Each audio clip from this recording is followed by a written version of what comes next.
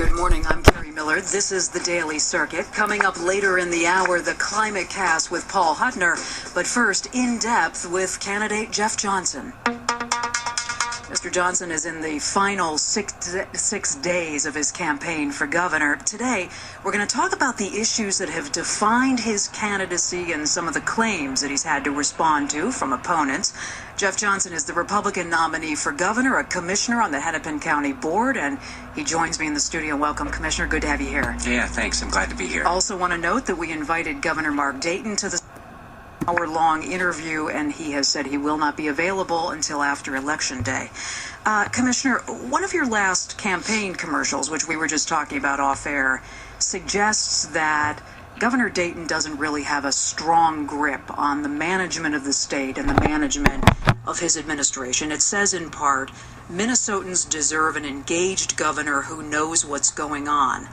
I looked back into some polling to see how voters actually view the governor's management of the state, and you need only look as far as the Rasmussen poll that talked to likely voters in October, and when they were asked who they trusted to run the government, he came in 6 percentage points ahead of you. So where is this idea that he doesn't have a grip on managing his administration of the state coming from? Well, it's not coming from polls, because I don't think that's how you should base decisions in government or in politics. I think it simply comes from what has happened, particularly the last couple of years in government, and I can give you many examples. Minsher might be the best example of all. He suggested that he had no clue that the rollout was going to be the disaster that it was, and it was clearly a disaster. I think everyone recognized that, but it turns out we learned a few weeks later that maybe a week before that he'd been given a full briefing and been told that it was going to be a disaster, and he said move forward anyway. You can look at the Viking Stadium, which is one of his defining pieces of legislation. He claims that he negotiated that, but he didn't know what was in it. He expressed outrage that there were personal seat licenses in there, but they were in the bill that he claimed to have negotiated. He said that the e-pull tabs were going to cover the cost. We wouldn't have to go to any general fund money, but he was off by 95% with that. And the Wilfs were having some legal issues, and after the bill was signed and that became more public knowledge, even though it was public information before, he said, oh my goodness, we have to do due diligence on these guys. Well, you do due diligence before you ink a deal. And I could give you more examples. He didn't know what was in his tax bill. He claimed that the Senate office building was extravagant and un-Minnesotan, but he signed the bill that it was in. And I think I'll just add the fact that he's not here today, and the fact that they've kind of shut him down the last couple weeks. He's not showing up for things. Well, what are you alluding to with that? I think it was yesterday or the day before, in St. Cloud. It might have been early last week. He was in St. Cloud, and they had said that he was going to answer questions, but he kind of snuck out a side door halfway through the event, and they said, well, he's not available to answer your questions. I believe he had a press conference yesterday or the day before about Ebola planning, and when they started asking him questions, he said, I'm not taking any political questions today. He's told reporters that he won't, other than you, that he won't be available until after the election to do interviews. So it's kind of a pattern, and I don't think he's not a very engaged governor. Are you suggesting that for whatever reason he doesn't have the mental astuteness or the physical fitness to be running the state? I mean, what are you really suggesting here? I am saying that he's not engaged as a governor. He doesn't seem to be on top of things. I don't know what the reason is. He's showing up in the office every day. He's presumably making decisions. So what does this really mean when you say disengaged? If you ask him questions about bills that he signs, he doesn't know what's in them. That is frequent, and I've given you some examples. I could give you even more. And now we're seeing it in the campaign. We haven't had a primetime broadcast debate because he refused to have any, and we're seeing him essentially avoiding any instance now where reporters can ask him questions in these last couple weeks of the campaign. Of course, not unusual for incumbents to try to fend off as many debates as often the challenger wants, right? Just to be clear here, that there is nothing all that unusual about an incumbent saying, I don't want to do all the debates that the challenger wants to do? Sure, but I think it is unusual to say I'm simply not going to take any more questions from reporters these last couple weeks of the campaign. I think that's quite unusual, and I think voters deserve better than that. I think he should be here talking to you and answering questions that you have for him, just as I am. Let's talk about healthcare, because that's one of the things that you've referenced. I think you just said a moment ago that it was a disaster. The rollout had problems, as did many states, as did the federal government. But do you believe the program has been disastrous? Absolutely. How so? Well, the governor himself gave it a D, which I think might have been a little generous, but 140,000 plus Minnesotans have been moved off their insurance. Some of them probably wanted to stay on that insurance. In fact, I've talked to many of them who wanted to stay on that insurance. We have the highest deductibles in the country. And the rates are spiking. The governor has used as his talking point the last year that the exchange has the lowest rates in the country for exchanges, but they actually are higher than before MNsure, and it turns out those rates were pretty bogus because Preferred One, that had almost 60% of the business in the exchange, now has moved out saying we can't make this work. That doesn't mean it was bogus. Preferred One came in and they bid at that level. They joined the exchange at that level. How was anybody to know a year out that they were not going to be able to sustain those rates? They made that decision. Why is that at the governor's doorstep? Well, because as we've learned, the Commerce Department actually pushed them to lower their rates 3 times. And the first 2 times they said, okay, we'll lower our rates well below what the market would bear.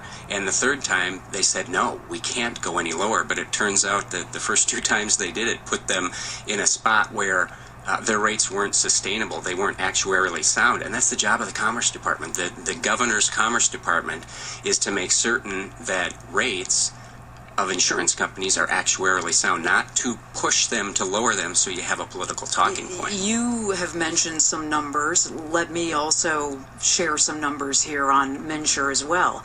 More than 170,000 Minnesotans have signed up for MNsure. Presumably, all of those Minnesotans don't think it's as disastrous as you do.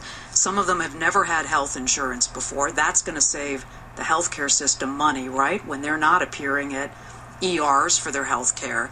The rate of growth in premiums appears to be slower than it has been over the last 5 to 6 years, because you'd acknowledge, wouldn't you, that healthcare premiums have been rising. What this appears to have done is slowed the rate of growth. Premiums were going to go up anyway. Oh, I think that's absolutely incorrect. How so?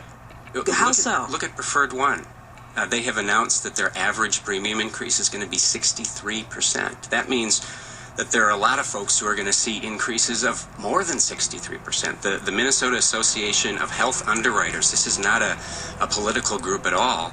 They've gone in and said this 4.5% number that Dayton has been using is simply false, and the increases within the exchange are going to be somewhere between 8% and 43%. So, yes, of course, healthcare premiums were rising before, and there are things that we should have and could do about that. But this has not slowed the rate of growth. I think it's actually exacerbated it considerably. Here are some percentages, some actual percentages of the rate of growth of premiums. 2008, 8%.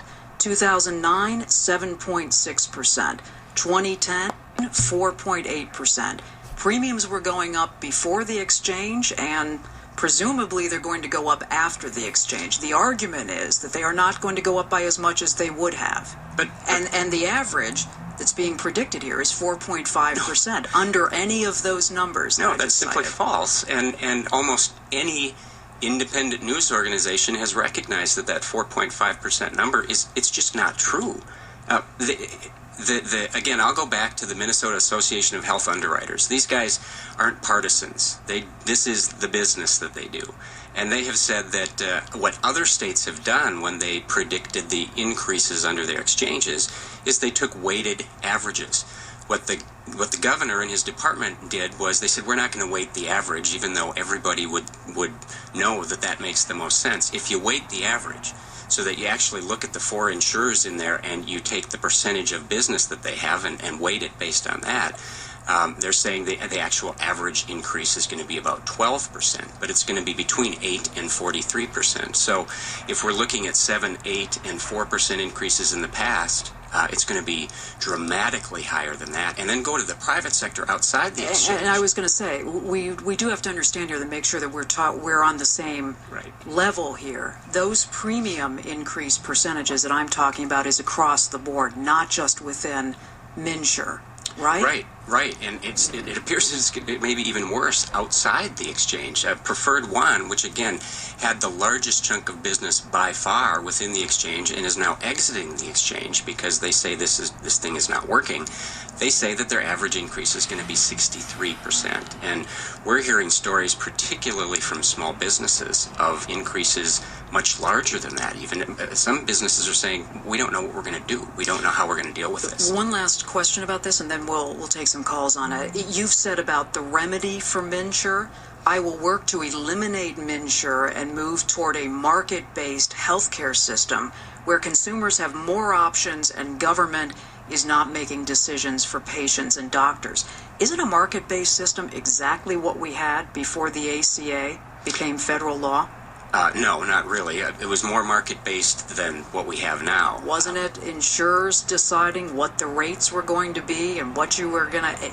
If you had a pre-existing condition, you weren't going to be able to get insurance, you weren't going to be able to... Not in Minnesota, actually. We had the MPR program that said even if you have a pre-existing condition, which is a good thing.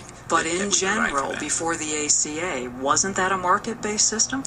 No, it was more market-based than what we have now. And what frustrates me the most, and I think a lot of people, is we probably had the best health care insurance system in the country in Minnesota. It wasn't good enough, but it was the best in the country before MNsure.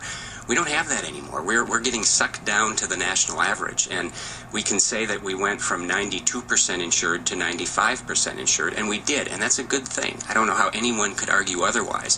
Almost all of that additional 3% were eligible for insurance before. They just weren't for subsidized insurance before. They just weren't required by law to be on it. So we've extended this to people who could have been insured before.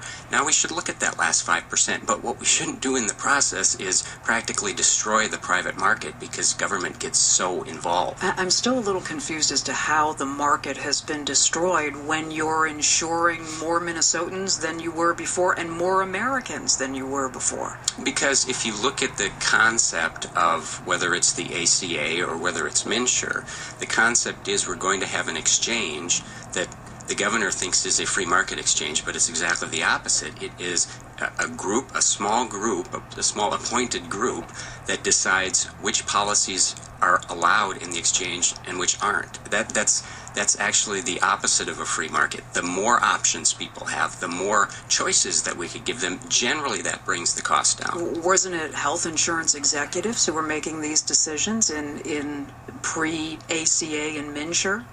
As opposed to this small, well, you said a small group of people are deciding what's going to be available.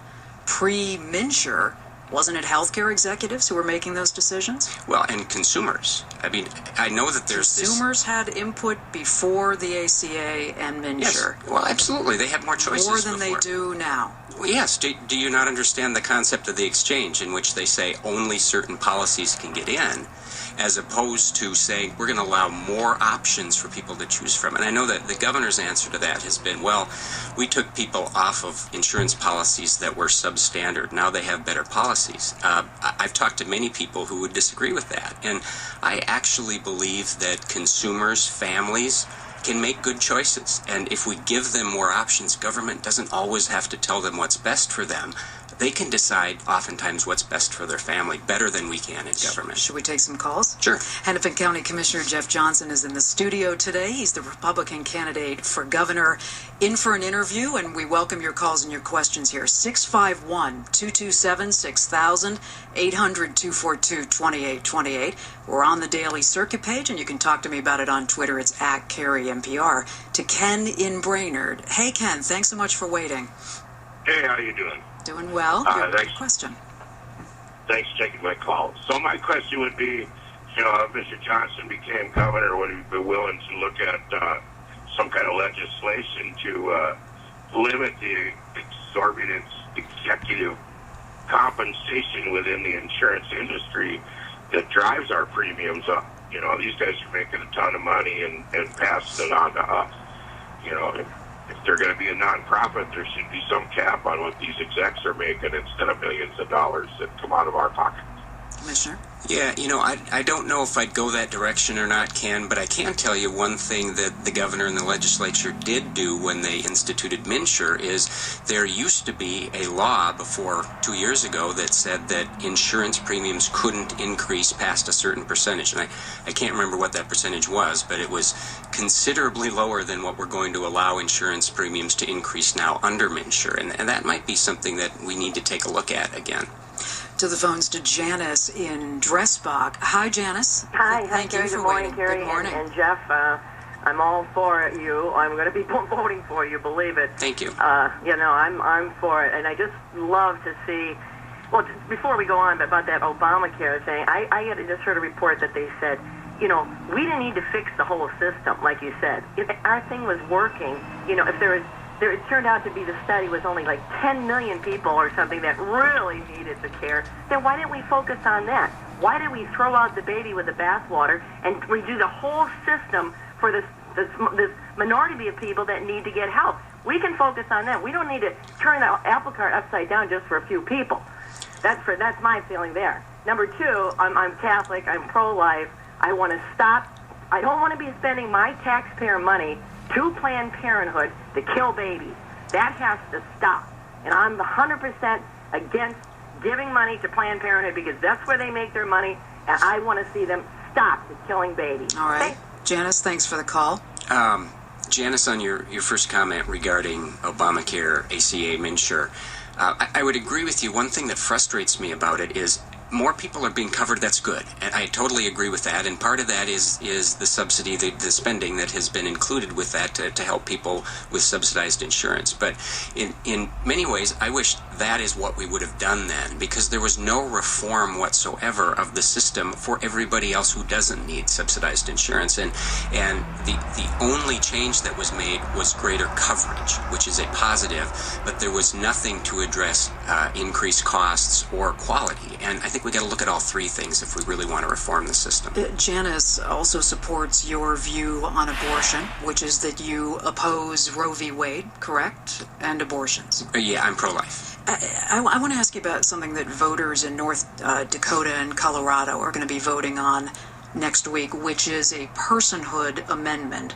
Your website says that you believe in, quote, the sanctity of human life from conception to natural death. Do you believe in the idea of a personhood amendment, and do you think Minnesota voters should have a chance to vote on a constitutional amendment on that, as they're going to do in other states? Well, I'm pro-life, and I don't try to hide from that.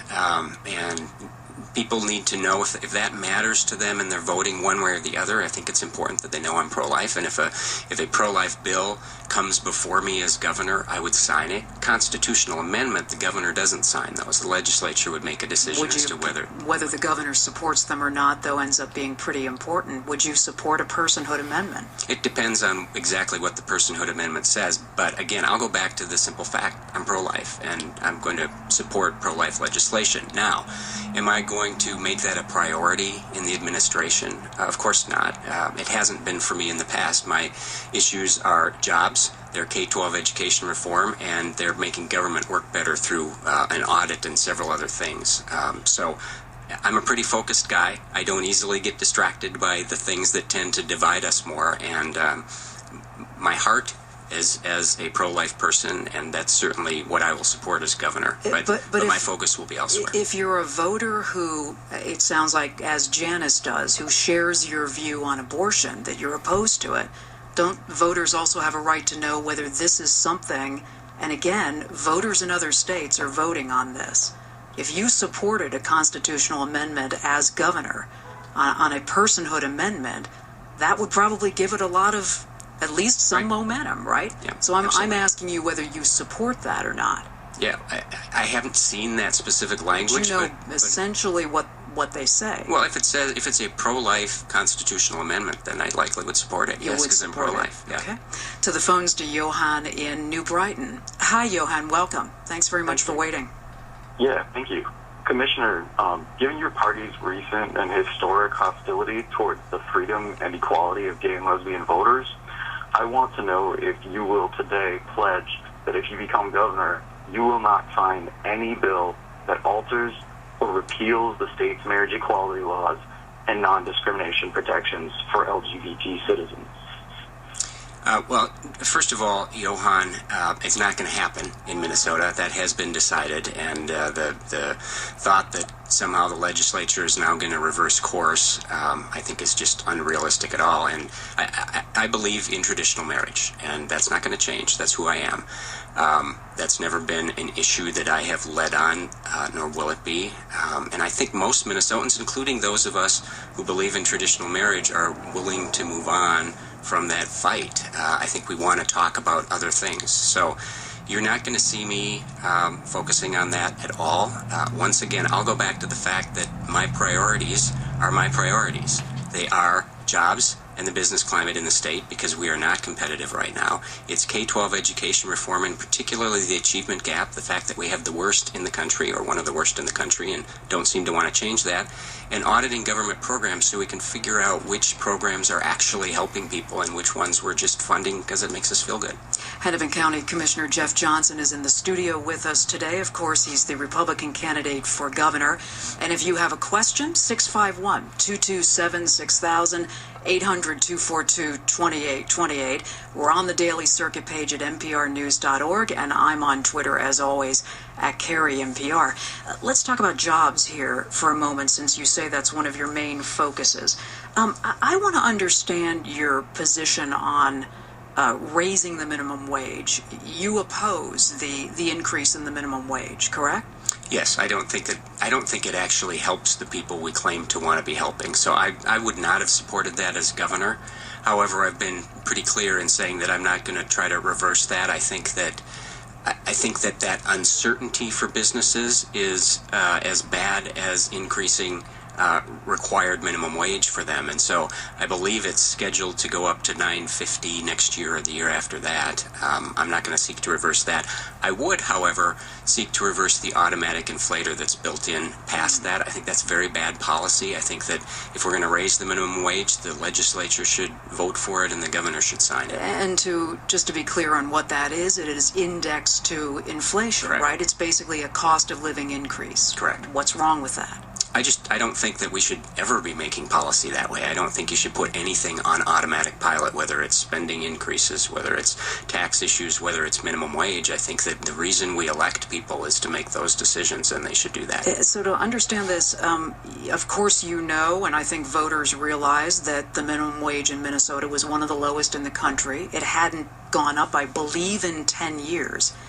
What's the justification of opposing an increase under those kinds of circumstances? Well, I think that common sense and economics 101 will tell you that when you force particularly smaller businesses to increase wages, which usually means for new people, which usually also means you need to increase wages for the people several steps above them to make it fair, that means that you are forcing them to spend more money that they can't spend on other things. And most businesses, there are exceptions to this, but most, especially small businesses that I know, don't have this huge margin, this huge profit margin to play with. And so it's not like they can just say, well, we'll spend an extra X percent this year and not worry about making it up somewhere. They usually have to make it up, and that's going to come probably in one of two places: higher costs for consumers and probably fewer employees. And it doesn't necessarily mean they lay anyone off or fire anyone, but it might mean they don't hire that high school kid that they were thinking of hiring this summer because they just don't, their margin is smaller than it was before. Just to try to understand that, though, again, the length of time since the minimum wage had gone up, and the fact that it was lowest in the country, or among the lowest,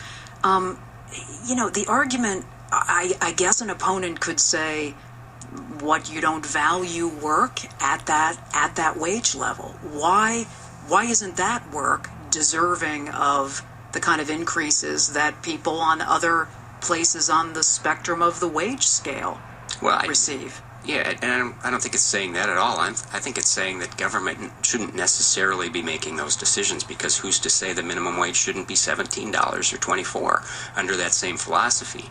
But that wasn't in the legislation, well, of course. but there are certainly people at the legislature who think that, because I've heard them say that it can't possibly be high enough. And here's where you're going to see a pretty significant difference in focus between Governor Dayton and me. He's had a great focus on the minimum wage and minimum wage jobs, and we're creating them in Minnesota. There's no question that we're creating low wage and part-time jobs in Minnesota. The problem right now with our economy, especially our jobs economy, is we aren't creating at the rate that we should be the higher wage jobs, the maximum wage jobs, the careers that people are looking for. We have a 53% underemployment rate in Minnesota. And the governor says, well, that's nonsense, but the number comes from his own administration. And it means that half the people who are working in Minnesota are overqualified and probably in many cases underpaid for their jobs. Some of them might be choosing that for lifestyle reasons. Maybe they want a part-time job. But many of them aren't, because I talk to them every day as we're traveling the state. We've got college grads living in their parents' basement left and right, and most of them don't want to be there, but they can't find in Minnesota a good enough job to both pay rent and their student loans. And that comes down to our very uncompetitive tax climate in the state and our very uncompetitive regulatory climate. Is there a state in the region that you would say has the kind of economic model that you would follow? You know, I'm not sure that there is a specific state. I think I might take pieces of different states, but it's a fairly basic philosophy for me of low, broad, and simple tax rates. And that doesn't just mean one tax. It means you look at everything. And it means that we make some changes to our regulatory environment, our regulatory rules and laws that allow entrepreneurs who want to start a little business to do it as quickly as possible, still doing what regulators need to do. But right now, I'll give you an example. I talked to a poultry company in southern Minnesota a few weeks ago. They wanted to expand in Minnesota. They waited a year to get a permit, and they gave up, and they expanded in Iowa, and it took them 10 days and a small fraction of the cost. And I could share with you 100 more stories like that. That is at least partly what's driving jobs, good jobs, out of the state right now. If you look at the economic tracking, job creation in Minnesota, and you compare that to what's happened in Wisconsin, to what's happened in Iowa, North Dakota is kind of an exception because of the oil boom there. Minnesota looks pretty good. I mean, here's Scott Walker, the governor of Wisconsin, having to explain why he didn't create 250,000 jobs. He created 110. Compare Minnesota to that, and our economic track record looks good, doesn't it? Not really. No. In fact, if you look at the last yearly annual report that we got from the Bureau of Labor Statistics, this came out maybe 3 weeks ago, and they said this is, I think they called it the gold standard. The monthly reports almost always go back and revise them later. So looking at that annual one is the gold standard, as they put it. It was from March to March. That's the newest one we have, and it says that Minnesota's job growth rate is 41st in the country, behind every state in the Midwest, including Wisconsin and North and South Dakota and Iowa. And that, not coincidentally, coincides with the introduction of the governor's budget last year, where he said we're going to have the biggest tax increase in history and one of the biggest spending increases in history. And it's not working. It's not working well. You know, I know there are different numbers and there are different economic sources that you can use. But if you look at the Department of Labor, if you look at the U.S. Department of Labor, and you compare, let's say, a state like Minnesota to Wisconsin, and you look over the last 3 to 4 years, Minnesota clearly has emerged from the recession with stronger job creation than Wisconsin has. If you look at the last 4 years, I think that is true. And Minnesota tends to do better in recessions we have for decades than other states because we have such a strong business community, especially a lot of Fortune 500 companies. So none of that is due to Governor Dayton's management of the economy? No, in fact, I think we're going in exactly the opposite direction right now. If you look at the first 2 years of his administration, we did okay, especially compared to other states. That was the budget that he signed and said, he's taking credit for it now, but when he signed it, he said, I'm signing this budget, but I don't agree with it. It brings us in the wrong direction. And it kind of worked. And now, after the introduction of his budget last March, we've seen almost a complete reversal. Last in the Midwest, 41st in the country. Let me throw out one other thing, because I think this is important. The Kauffman Foundation, it's a national, nonpartisan nonprofit. They do, every year they measure business creation in the United States in each state per capita. If you look at the last 4 years, Minnesota is last place in creation of new businesses per capita. And I think that is we might not feel it today or tomorrow, but we'll feel it hard in a year or two, and we have to reverse that direction. To the callers, to Billy in Minneapolis. Hi, Billy. Your question for the commissioner. Yeah. Hi, Carrie. Hi, Commissioner Johnson. Hey, I'm a college student here at the University of Minnesota, and I'm curious, and I don't want to necessarily take the conversation back to this. I'm curious if the commissioner would support anti-choice or pro-life legislation, if then he would also then support an increase in the Minnesota Family Investment Program, which I believe hasn't seen even a cost of living adjustment raise in quite some time. Oftentimes I hear some politicians talk out of both sides of the mouth say, well, we'll pro-life, but then we don't invest in, single mothers and, families like that. So I'm just curious if, and in those same states where we've seen, severe restrictions to, access to contraception and other types of services for women, we've also seen cuts to, helping those same particular class of people get access to the resources they need in order to raise a family, to get diapers, to get baby formula. So I'm just curious if you would then support an increase in the Minnesota Family Investment Program. Thanks.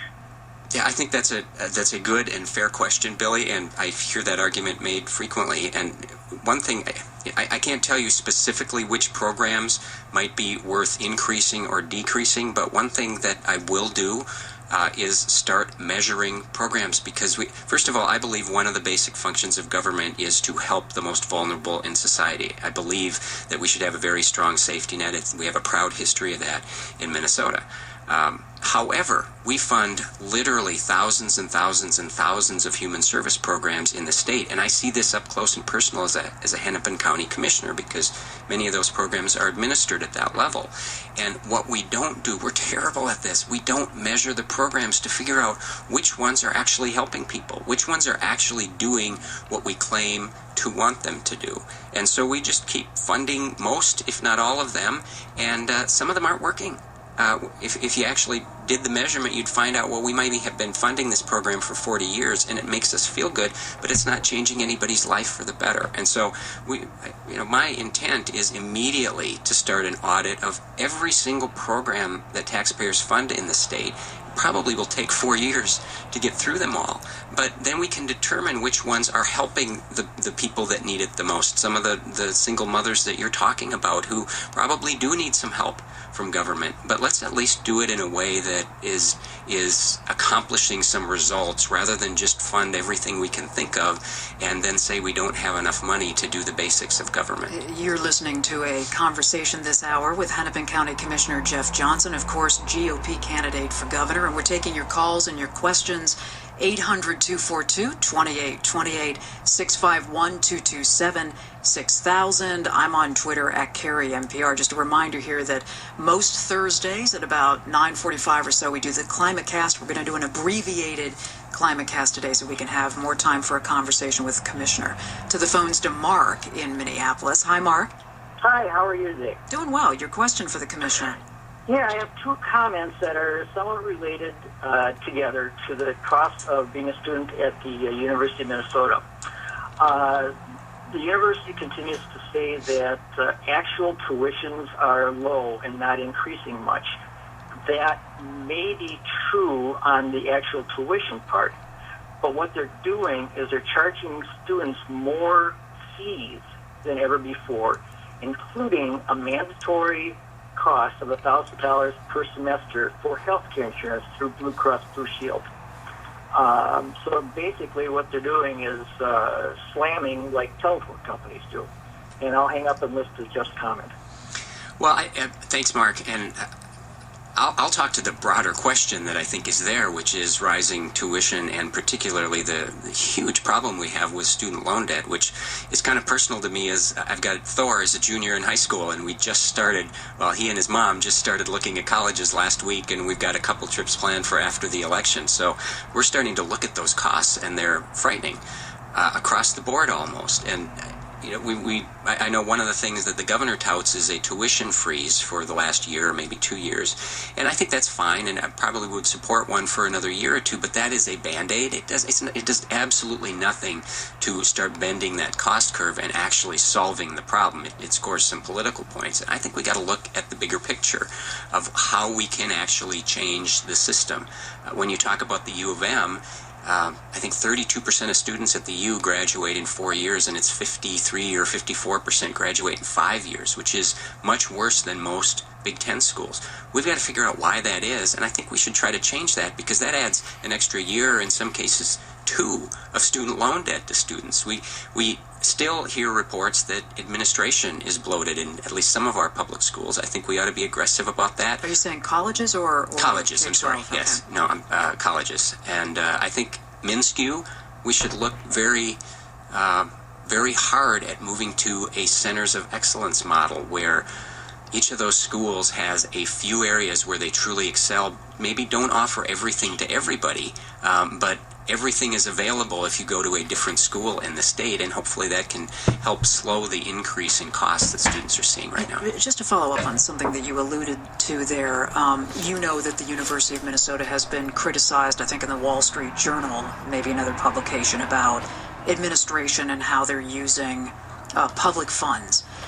They are back, and it seems like they have gotten a pretty receptive audience at the state legislature to saying, we've worked on that. It is time to restore a lot of the funding that we lost under the Pawlenty administration. As a governor, would you also be receptive to that argument, especially if, in the end, more increased state support meant that the tuition fees didn't have to go up as high as they are? Well, I'm absolutely receptive to that. U of M is crucial to Minnesota. The whole system is, and you know, we need them to be healthy. And I think they have made improvements with respect to administration. I'm not sure that I agree that they've solved that problem. I think there's more work to be done. What remains to be done, do you think? I think if you just look at the numbers, we could still do better, especially as you compare them to other Big Ten schools, the numbers of a percentage of what is spent on administration versus actual teachers and other costs. And so I'm going to continue to push for that, but absolutely the U of M needs to be a priority for Minnesota. And I think it has been always in the past, and it needs to continue to be. Call from Christine in New Brighton. Hi, Christine, your question. Well, I have a comment about an article yesterday quoting Mr. Johnson in the Star Tribune, the headline being County Board Condemns Use of Redskins Name. And the Hennepin County Board had a resolution that talked about encouraging NFL teams to drop its Redskins name in favor of, quote, one that is not racist and derogatory. Believe it or not, the vote on this was not unanimous by the county commissioners. There was one person voting no, and that was Commissioner Jeff Johnson, who voted no. And he argues that the article says the issue has nothing to do with the Hennepin County, quote, what frustrates people so much in government, meaning talking about these things because they don't have anything to do with it. Christine, forgive me here. Since he's here, can we ask him what he thinks about that, since we have so many other people waiting? Commissioner, what do you want to say about your vote? Sure. I'll say the same thing I said yesterday during the meeting is, I understand people have very emotional and personal feelings on this, as do I. I mean, I would rather not they be called the Redskins as well. And I think people make decisions as to what merchandise they buy, what events they go to, whether they want to protest based on that. That's great. But that had nothing whatsoever to do with Hennepin County, the Hennepin County Board, Hennepin County taxpayers, and it is what frustrates people about government. We have important issues to deal with in Hennepin County. We are talking again about raising property taxes, something that I'm not going to support, but it's going to happen again. And what we're doing is we spend time on things like whether we should ban fire pits. We talked about that just a couple couple days ago, we spent a long time on a policy as to what color the Lowry Avenue Bridge should be lit up at certain events. And now we talk about the name of an NFL team. They don't care what we think, and we shouldn't be spending time on it. We have to learn. I've got teenage boys, and I'm telling them all the time, focus. We need to do that in government, too. We're not very good at it. I want to ask you about something that you don't seem to be focused on, at least in your campaign information. When I'm on your website, I've kind of searched high and low for anything about climate change. Do you have an opinion on whether you believe that human activity is accelerating or influencing the warming of the planet? And if you do, why isn't that anywhere in your campaign material? Well, to be honest with you, you were the first person to ask me about that in a 1.5-year long campaign. So really? Yes. So it's not, I don't see it as a big priority for most Minnesotans, and it's probably why I haven't talked about it much. Certainly the climate is changing, and it's been changing for eons. And we saw climate increases for a couple decades, if not longer, very recently, and there's some question about which way it is moving right now. And I think most scientists will tell you that humans probably do have some influence on that. There's a lot of question about how much influence, but the bigger question is, can we make changes that are going to appreciably make a difference or not? And I know some people will say, well, that's been decided, but it hasn't. And I don't think that's very thoughtful. I don't think that is very curious for people who say, well, it's done, it's decided, and you're an outlier if you don't think that we should essentially change the economy, when a lot of scientists will say that probably won't change the outcome all that much. If I could just, there was a lot there, and I just want to be clear on where you are here. Are you saying you do believe the scientists, 97.8% of them, who say that human activity, that the climate is warming, that the planet is warming, and that human activity has had an influence in that, and the warming is continuing? You do believe that? Well, I'm not sure 97.8 or 98.7 are saying that the warming is continuing, but there's no question that the climate was warming in the 90s and early 2000s and probably 80s. There's also no question that it was cooling before that, and I think there is some question as to what's happening in the last decade or so. But overall, do you believe that climate change is occurring and that humans have had an influence on that? There's no question climate change has been occurring forever. And it will continue. And do you believe the warming is accelerating today? Do you believe those statistical models? I don't know that it's accelerating today, but on the reading that I've done of it, I think most scientists, even the scientists who don't believe that we should make some of the changes that some are suggesting, say that humans probably do play at least a small role in climate change. Now, the question, I think the reasonable question then to ask is there anything we can do about it that will actually make any appreciable change? And do you believe there is, or not? I think there are always, I consider myself a conservationist and an environmentalist, and I think we should do everything we can to protect the environment. Should we completely change the economy in a way that many say will make almost no difference at all? I think that's a different question. So common sense is important in this discussion. Commissioner, I wish we had more time. I really appreciate the time this morning. Thanks so much, and good luck on the campaign trail. Thanks. The Climate Cast is next. Paul Huttner is going to be with us, but first a look at the latest news. And Phil, what's your top story? Hi, Carrie. A nurse who vowed to defy Maine's voluntary quarantine for healthcare workers who treated Ebola patients followed through on her promise this morning. Casey Hickox and her boyfriend stepped out of their home and rode away on mountain bikes, followed by a state police cruiser. Police are monitoring her movements, but they could not detain her without a court order. Hickox contends there's no need for a quarantine because she's showing no symptoms. Yesterday, Maine officials started the process of getting a court order to detain Hickox for the remainder of a 21-day incubation period. Hickox left her home last night to speak to reporters. North Korea is always on guard against outside influences. Now it perceives Ebola to be a threat. The country has banned tourists and is mulling strict quarantine requirements. A high-level delegation from Tokyo was greeted at a North Korea airport by two people in full hazmat gear. Hopes are fading for 18 miners trapped in a flooded coal mine in southern Turkey. Rescuers have had no contact with the men who have been trapped 380 yards underground since Tuesday in surging waters. Mud and damage inside the mine have hampered attempts to pump water from the mine. The U.S. economy grew at a solid annual rate of 3.5% in July-September quarter. It was propelled by gains in business investment, export sales, and the biggest jump in military spending in 5 years. The Commerce Department says the third quarter result followed a 4.6% rebound in the second quarter. Baseball fans celebrating the San Francisco Giants World Series win over Kansas City last night grew rowdy in some areas of San Francisco. At least 3 people were injured, 2 were shot, and another was stabbed. More ahead on the Daily Circuit. I'm Kathy Worzer. Join me and Carrie Miller at the Fitzgerald Theater as MPR News hosts the final debate in the campaign for U.S. Senate between Al Franken and Mike McFadden. The debate is November 2nd at 7 p.m. It'll be broadcast live.